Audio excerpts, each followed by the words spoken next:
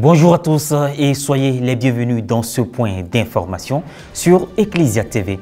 Le secrétariat exécutif national des œuvres catholiques (CENOC) a organisé une journée au Grand Séminaire théologique 5 heures de Marie d'Anyama le dimanche 5 mai 2024. Cette journée marquait la clôture des visites effectuées par les mouvements ecclésiaux. Au programme de cette troisième journée, messe, rencontre bilan avec les séminaristes, animation de stand, remise de dons et partage. 108 catéchumènes, enfants, jeunes et adultes du vicariat forain Saint-Gabriel de Sikensi ont reçu le sacrement de confirmation des mains de son Excellence Monseigneur Jean-Salmon Lezoutier, évêque du diocèse de Yopougon, en présence du vicaire forain, le révérend Père Jacques Agnès. C'était le dimanche 5 mai à la paroisse Saint-Raphaël de Sikensi. Familiariser les séminaristes avec les différents mouvements, associations et groupes de prière qui constituent l'Église catholique. Tel est l'objectif de la journée initiée par le secrétariat exécutif national des œuvres catholiques (CENOC) au Grand Séminaire théologique 5 heures de Marie d'Anyama le dimanche 5 mai 2024. Les précisions avec Morel Poti.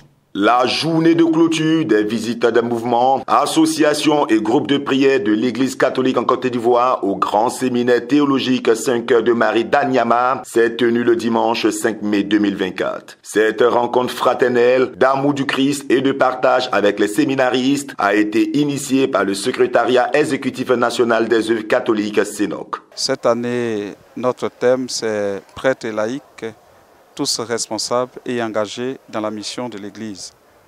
Et pour matérialiser cela, comme chaque année, nous avons voulu encore une fois instituer cette journée du secrétariat exécutif national des œuvres, en invitant tous les laïcs à être présents aujourd'hui au Grand Séminaire. Cette troisième édition a été vécue dans une ambiance pleine de gaieté et de chaleur au sein de la maison de formation des futurs prêtres. 2 fois dans l'année, nous venons leur rendre visite pour parler de notre dévotion. Alors nous, en tant que Maria Rosa Mystica, la Vierge s'étant présentée comme la mère de l'Église, il y a pour nous un devoir et une responsabilité de venir visiter nos séminaristes et puis échanger avec eux pour mieux leur expliquer la dévotion. Pratiquement tous les mouvements m'ont séduit. Déjà, à travers leur présence, ça dénote de ce qu'ils sont engagés pour l'apostolat dans l'Église catholique. Alors, permettez que je ne prenne pas parti. Moi, naturellement, je suis légionnaire, je suis même officier à la Légion de Marie. Mais en plus de la Légion de Marie, un autre groupe qui m'a beaucoup plu, c'est le scout. Le scout, je me suis imprégné de ce mouvement-là.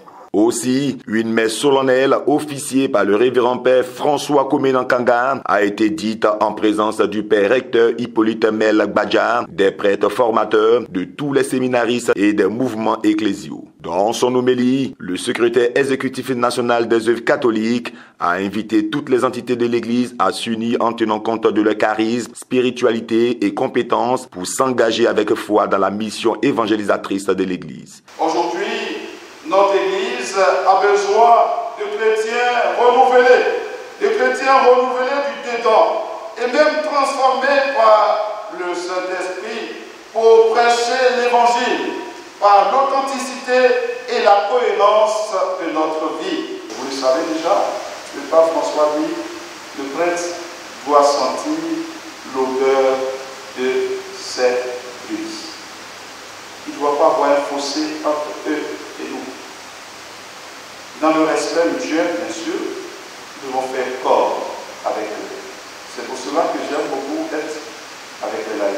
Cette messe marquant la grande visite des mouvements a été animée par les séminaristes. Avant le renvoi, des remerciements ont été adressés lors des allocutions. Au sortir de la messe d'action de grâce, des prises de vue ont eu lieu avec tous les mouvements, associations et groupes de prière présents. Nous avons eu des échanges très fructueux avec ces mouvements.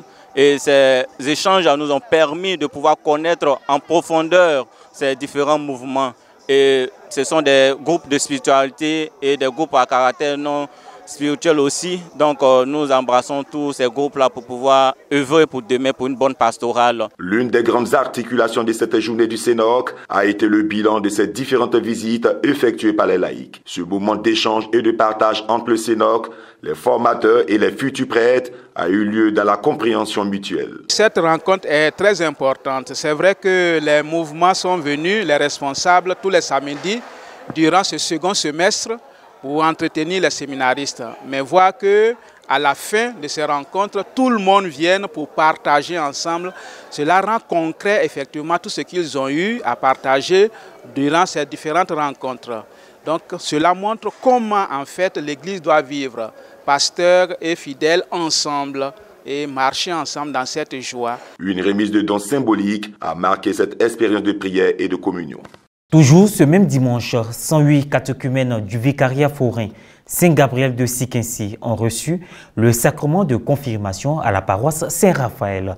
Ces confirmants issus des 5 paroisses de ce secteur pastoral ont été faits témoins du Christ dans le recueillement et la ferveur. Un reportage de Francis Sokoué commenté par Marie Abissier. Un protocole mis sur pied à l'entrée de la cour de l'église Saint-Raphaël de Siquincy par les responsables du vicariat forain Saint-Gabriel et de la paroisse pour accueillir l'évêque confirmateur, son Excellence Monseigneur Jean-Salomon Lesoutier, évêque du diocèse de Yopougon.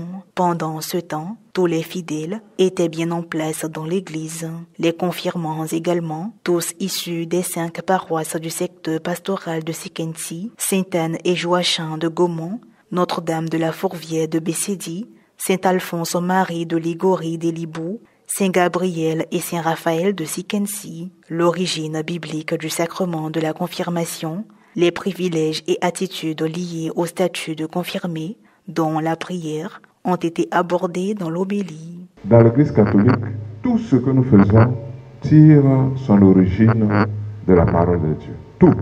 Si vous prenez n'importe quoi, même l'habillement que nous portons, les ceintures, les bougies, tout ce que vous voyez, vous allez dans l'Ancien Testament, vous trouverez, et Jésus a vécu dans tout cela. Maintenant, pourquoi la confirmation? Nous avons remarqué que quand les apôtres baptisent, comme Jésus leur a demandé de faire, baptiser au nom du Père, du Fils et du Saint-Esprit, le baptême au nom de Jésus, et ils imposent encore les mains aux personnes qu'ils ont baptisées. Vous prenez Actes, chapitre 8, verset 15, Pierre a baptisé des gens. Normalement, ceux qui sont baptisés ont reçu l'Esprit Saint. Oui ou non? Mais il va encore leur imposer les mains pour qu'ils reçoivent l'Esprit Saint, écoutez-moi bien, de façon spéciale. Les 108 confirmants des sessions de catéchèse enfants, jeunes et adultes ont été présentés aux fidèles et à l'ordinaire du lieu par le vicaire forain, le révérend père Jacques Agnès. S'en est suivi la procession de foi, la renonciation au mal, l'imposition des mains, l'onction du Saint-Crème. Les confirmés ont matérialisé leur action de grâce par des offrandes en nature et en espèces. La reconnaissance du travail abattu par les catéchistes, les animateuses et encadreurs a marqué les allocutions. Le prélat s'est prononcé sur le concept diocésain, le concours Miss Vierge. Le premier responsable du vicariat forain Saint-Gabriel témoigne sa reconnaissance. C'est des adultes maintenant dans la foi, donc ceux qui peuvent enseigner la catéchèse peuvent être des stagiaires ou bien des apprentis, ou bien ceux qui veulent diriger tel mouvement. Chacun est libre de s'engager où il peut pour le bien de l'Église. Nous disons merci à tous les animateurs. C'est pas facile, hein? Nous qui sommes dans les zones rurales, c'est pas facile. Il faut aller au champ, il faut aller au campement, et puis en même temps, il faut venir pour la catéchèse, c'est pas facile. Donc on leur dit merci et vraiment, on leur tire le chapeau. La seule invitation, c'est qu'ils puissent répondre à leur engagement de baptiser et surtout l'engagement en tant que confirmé et être témoins dans le monde, partout dans leur milieu de vie, à l'école et partout, être des témoins du Christ. Pour les nouveaux confirmés, c'est un honneur d'être adulte dans la foi, malgré le jeune âge pour certains. Aujourd'hui, c'est un grand jour pour nous, c'est un grand jour pour nous. Nous sommes heureux de recevoir le sacrement. Aujourd'hui, j'ai reçu l'onction de la confirmation. Je suis très contente, je suis très heureuse d'avoir passé ce moment.